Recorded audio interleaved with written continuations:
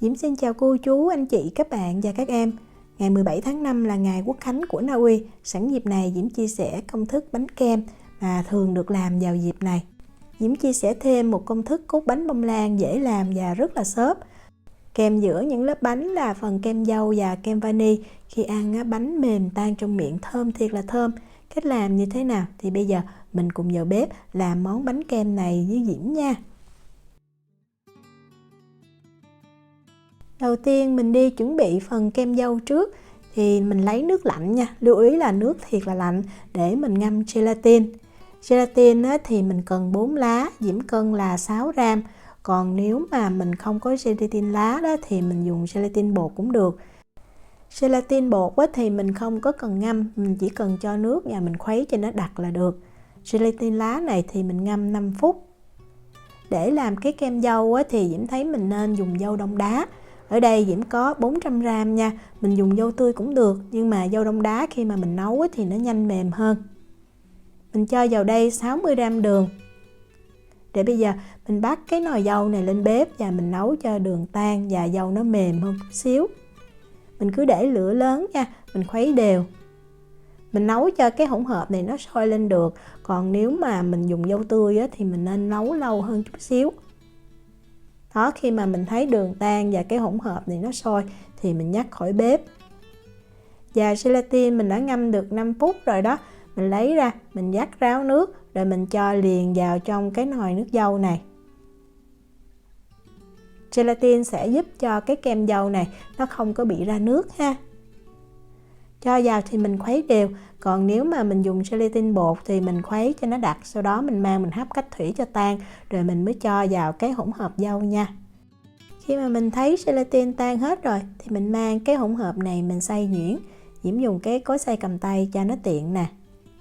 Xay vừa nhuyễn là được. Nếu mà mình không thích ăn lạm xàm mình có thể rây cái hỗn hợp này lại nha. Rồi mình để ở đây cho nguội hoàn toàn. Lưu ý là phải nguội hoàn toàn. Rồi mình mới trộn kem vào. Bây giờ mình đi làm phần kem vani. Công thức này thì mình cần 4 cái lòng đỏ. Nếu mà mình làm cái bánh nhỏ hơn thì mình làm 1/2 công thức ha. Diễm cho vào đây 50 ml sữa tươi. Mình có thêm 35 gram tinh bột bắp. Nếu mà không có tinh bột bắp thì mình dùng bột năng cũng được, hoặc tinh bột khoai tây cũng được luôn. Rồi bây giờ mình khuấy cho hỗn hợp này nó đều với nhau nha. Đó, sau khi khuấy đều hết thì mình để sang một bên. Bây giờ mình lấy một cái nồi để mình đi nấu nóng sữa và kem tươi.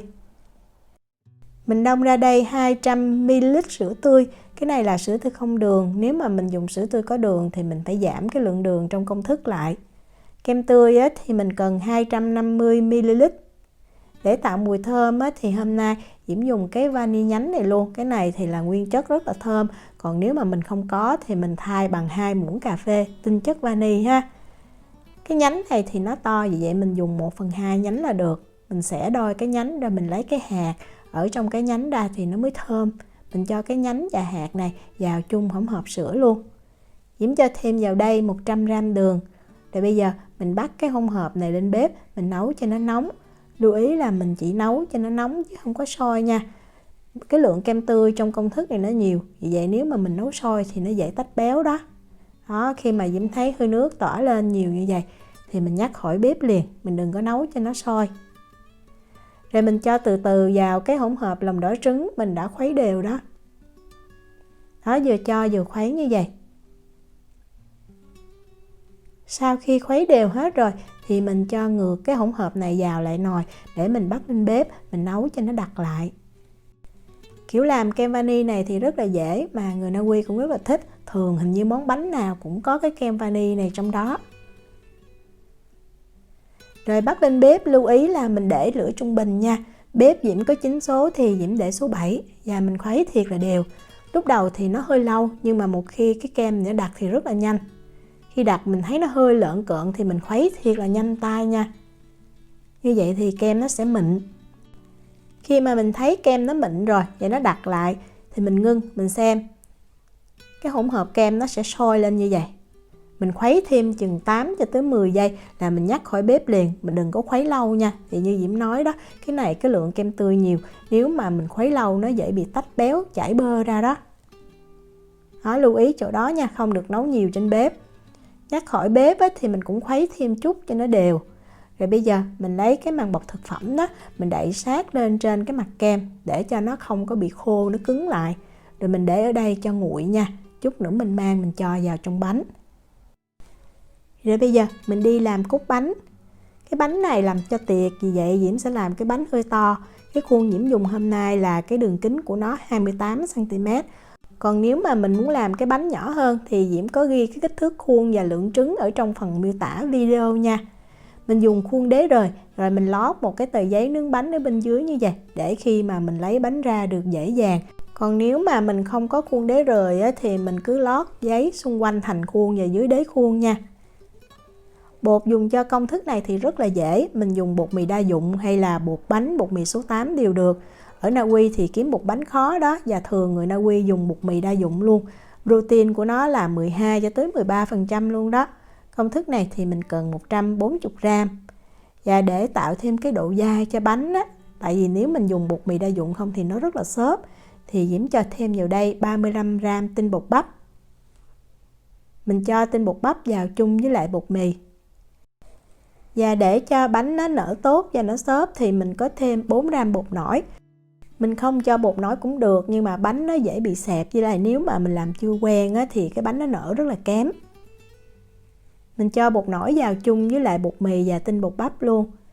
Rồi Diễm có thêm ở đây là 2 muỗng cà phê đường vani, Diễm cân là 4g.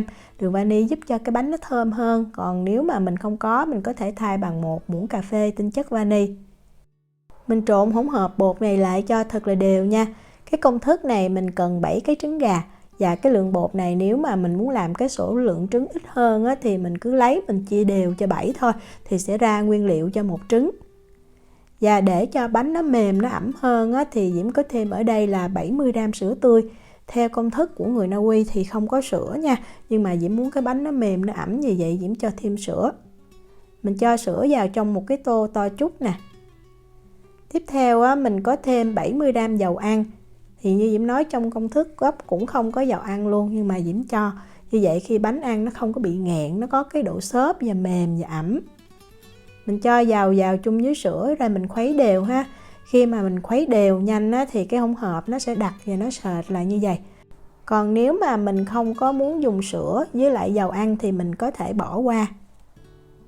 Đường á, thì mình cần 175g, cho bánh 7 trứng thì mỗi trứng á, là 25g đường. Mình dùng đường cát nhuyễn nha, cho nó dễ tan. Trứng gà á, thì mình lấy ngay từ trong tủ lạnh ra mình làm được luôn ha. 7 cái trứng gà. Trứng gà thì Diễm cân luôn vỏ nó từ 55 cho tới 62g. Trứng mà 55g thì mình làm cái bánh nó hơi nhỏ hơn là cái trứng 62g chút xíu. Nhưng mà lượng đường bột thì vẫn y như vậy, không sao hết. Lượng trứng này thì nó nhiều, vì vậy Diễm cho vào cái máy đánh trứng này Diễm đánh ha. Và Diễm lưu ý là có thể cái cây đánh hơi thấp, vì vậy nếu mà mình bật cái tốc độ thấp á, trứng đánh hoài nó không có bong được đâu. Mình phải tăng cái tốc độ lên cao ha. Thì cái máy của Diễm có 6 số, Diễm thấy Diễm bật số 6 luôn á, thì Diễm đánh lúc đầu á, cái trứng nó mới bong lên được. Lưu ý là mình đánh cho cái trứng nó bong lên như là bọt xà phòng á, thì lúc đó mình mới cho đường vào. Đó. Cái này là Diễm để số 6 luôn ha. Thì bây giờ trứng này nó đã bong lên như vậy, thì mình lấy 175g đường cát mình chuẩn bị sẵn đó. Đó, mình cứ cho từ từ vào. Cái cách làm bánh bông lan này rất là cơ bản từ ngày xưa ha. Nhà Diễm hồi xưa làm bánh kem toàn là làm theo cái cách này thôi. Và sau này á, để cho cái bánh nó mềm xốp hơn và mình không có dùng cái phương pháp tách lòng á, thì nếu kinh doanh á, mình cho thêm SP vào ha, tí xíu thôi, làm cho cái bánh ẩm nó mềm nó xốp như là cái công thức mà mình tách lòng trắng riêng vậy đó. Sau khi cho hết đường vào rồi thì mình đánh cái tốc độ cao thêm 10 phút nữa nha. Lưu ý là mình phải đánh thêm 10 phút để cho cái hỗn hợp này nó bong, nó đặc lại luôn và nó nở hết cỡ luôn đó. Đó, cái này là Diễm đánh được 10 phút nè. Mình xem, ở đây nó có cái mức ở trong cái thao đó mình thấy trứng nó phải bong cho tới 14 khắp hoặc là hơn ha, chứ không có được ít hơn. Rồi bây giờ mình lấy bột hồi nãy mình đã trộn đều rồi đó. Mình rây lại nha, và mình chia làm 3 lần. Đó, mình cứ rây 1/3, mình cho vào cái hỗn hợp trứng. Và Diễm thấy dễ dàng đó, mình dùng cái phối lòng này để mình trộn, dễ hơn là mình dùng cái cây quết bột. Rồi mình cứ trộn đều thôi. Thực ra công thức này rất là dễ ha, Diễm có thử, Diễm khuấy luôn, bánh vẫn nở tốt, không sao hết. Nhưng mà thật ra để tốt nhất là mình cứ trộn nhẹ nhàng đều tay. Nhớ trộn với cái đế của cái thao luôn nha, tại bột nó hay lắng bên dưới. Khi thấy bột đều rồi á, thì mình tiếp tục mình rây cái phần bột thứ hai vào. Rồi mình cũng nhẹ nhàng, mình trộn cho thật là đều.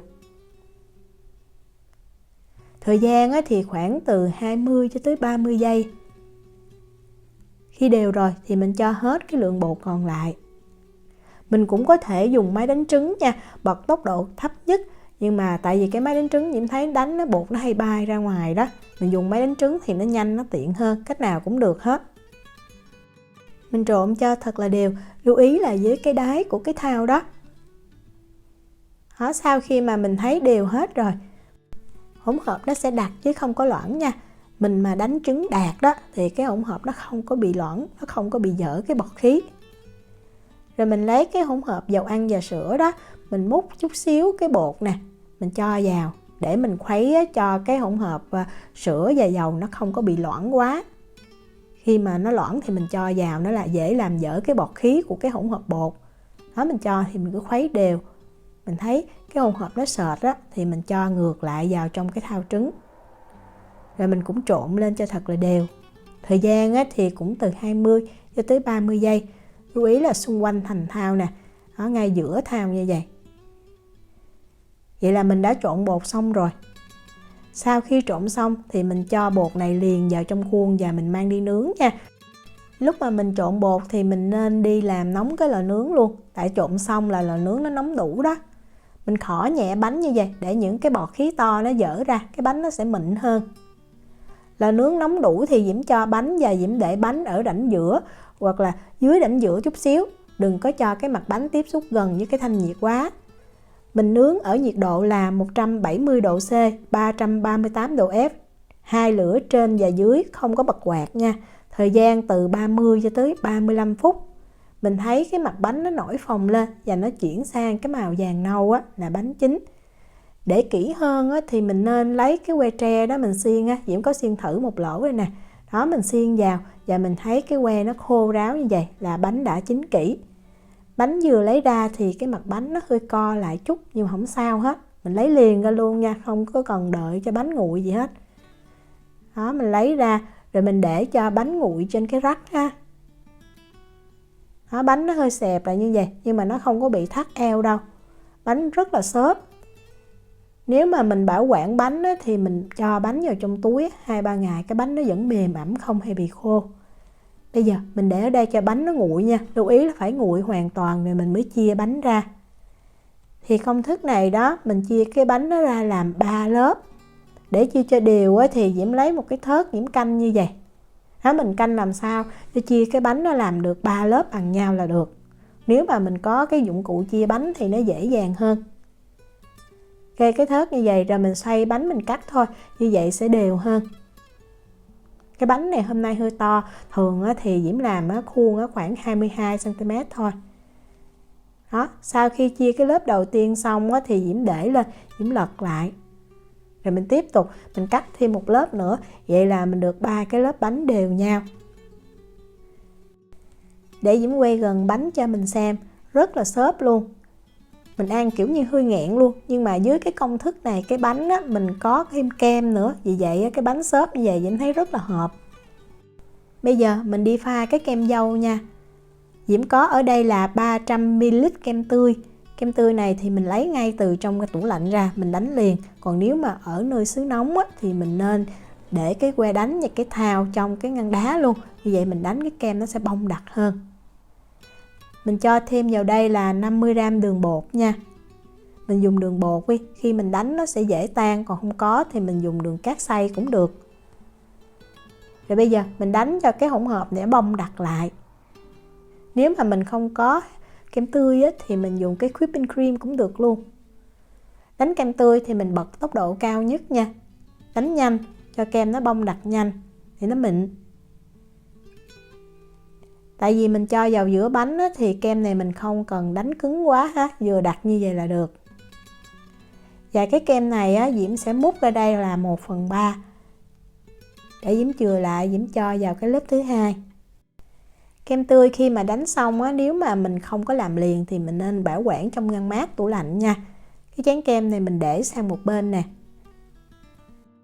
Hỗn hợp dâu mình đã để cho nó nguội, lưu ý mình phải kiểm tra nha, phải nguội hoàn toàn.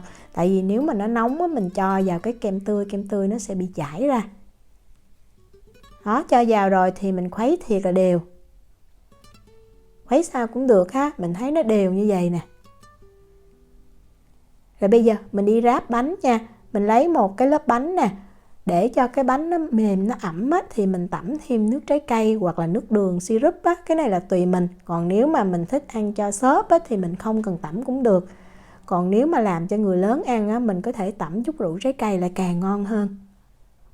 Rồi mình lấy cái khuôn đó, mình để như vậy, để khi mà mình cho kem vào mình định hình cái bánh nó dễ dàng hơn.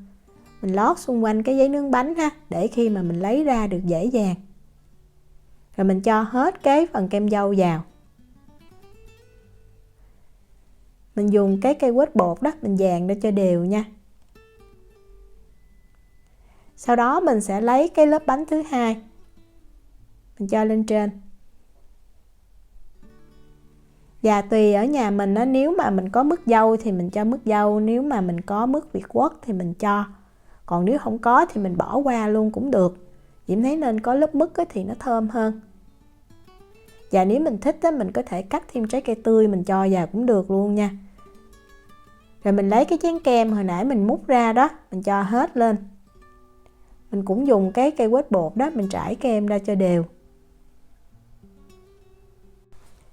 Kem vani khi mà mình để nguội á, thì mình lấy cái nhánh vani ra nha. Rồi mình cũng dùng máy đánh trứng cầm tay á, mình đánh cho cái kem vani này nó dẻo và nó mịn trở lại. Đánh rất là dễ ha, cứ đánh đều theo một chiều tới khi nó dẻo và nó mịn như vậy là được. Rồi mình cho hết cái lượng kem vani này vào trên bánh luôn. Mình cũng dùng cái cây quết bột đó, mình trải ra cho nó đều. Rồi mình lấy cái lớp bánh cuối cùng đó, mình để lên trên. Vậy là mình đã ráp bánh xong rồi. Và sau khi ráp bánh xong á, thì mình lấy màng bọc thực phẩm á, mình đậy lên. Mình giúp cho cái bánh nó giữ độ ẩm nha. Rồi mình cất vào trong ngăn mát tủ lạnh cho phần kem dâu nó đông lại. Nó không có còn chảy đó. Bánh này thì làm rất là tiện. Mình làm từ đêm hôm trước á, hôm sau mình lấy ra mình trang trí rồi mình đãi khách luôn. Cái này Diễm cất vào trong tủ lạnh qua đêm nha. Để trang trí bánh á, thì mình có thêm ở đây là 300ml kem tươi. Đường bột á, thì Diễm dùng 50g. Rồi mình cũng dùng máy đánh trứng đó, mình đánh cho cái hỗn hợp kem tươi này nó bong đặc.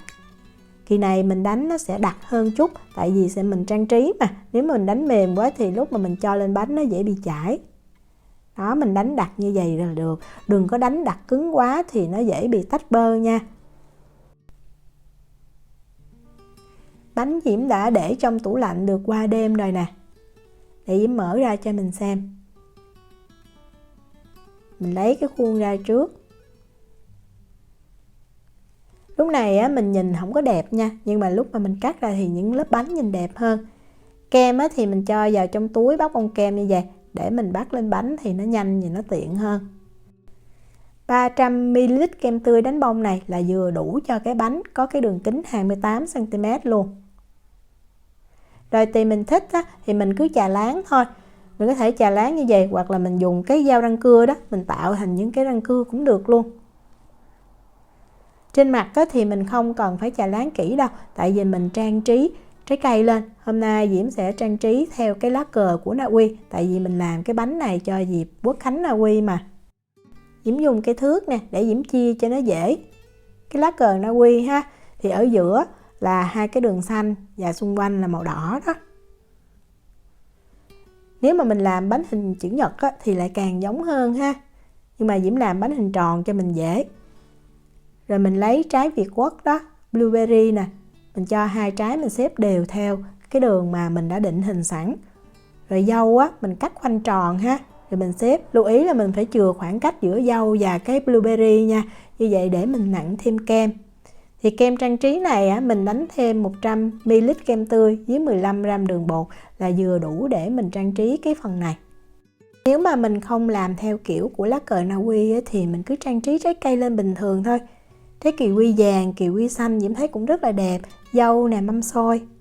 Đó, vậy là mình đã làm xong rồi một chiếc bánh cho ngày Quốc khánh của Na Uy. Để Diễm cắt bánh ra cho mình xem. Bánh này á, ngon nhất là mình trang trí xong mình lại cất vào trong tủ lạnh, ít nhất là phải 4-5 tiếng, bánh ăn lạnh mới ngon nha. Hoặc là mình để sang ngày lại càng ngon hơn, tại cái bánh nó thấm đó. Đó, mình xem từng lớp như vậy. Và bánh này ăn không hết á, mình cũng có thể bảo quản trong tủ đông đá. Khi ăn á, mình lấy ra cho bánh nó vừa tan là ngon. Bánh khi ăn á, sẽ mềm tan trong miệng, kết hợp thêm chút trái cây á, rất là ngon luôn. Diễm chúc cô chú, anh chị, các bạn và các em thành công với lại món bánh kem này. Nếu mà có thắc mắc gì thì cứ để lại lời nhắn hoặc là gửi tin nhắn cho Diễm. Diễm cảm ơn sự quan tâm theo dõi video rất là nhiều. Hẹn gặp lại trong những video tiếp theo. Chào tạm biệt.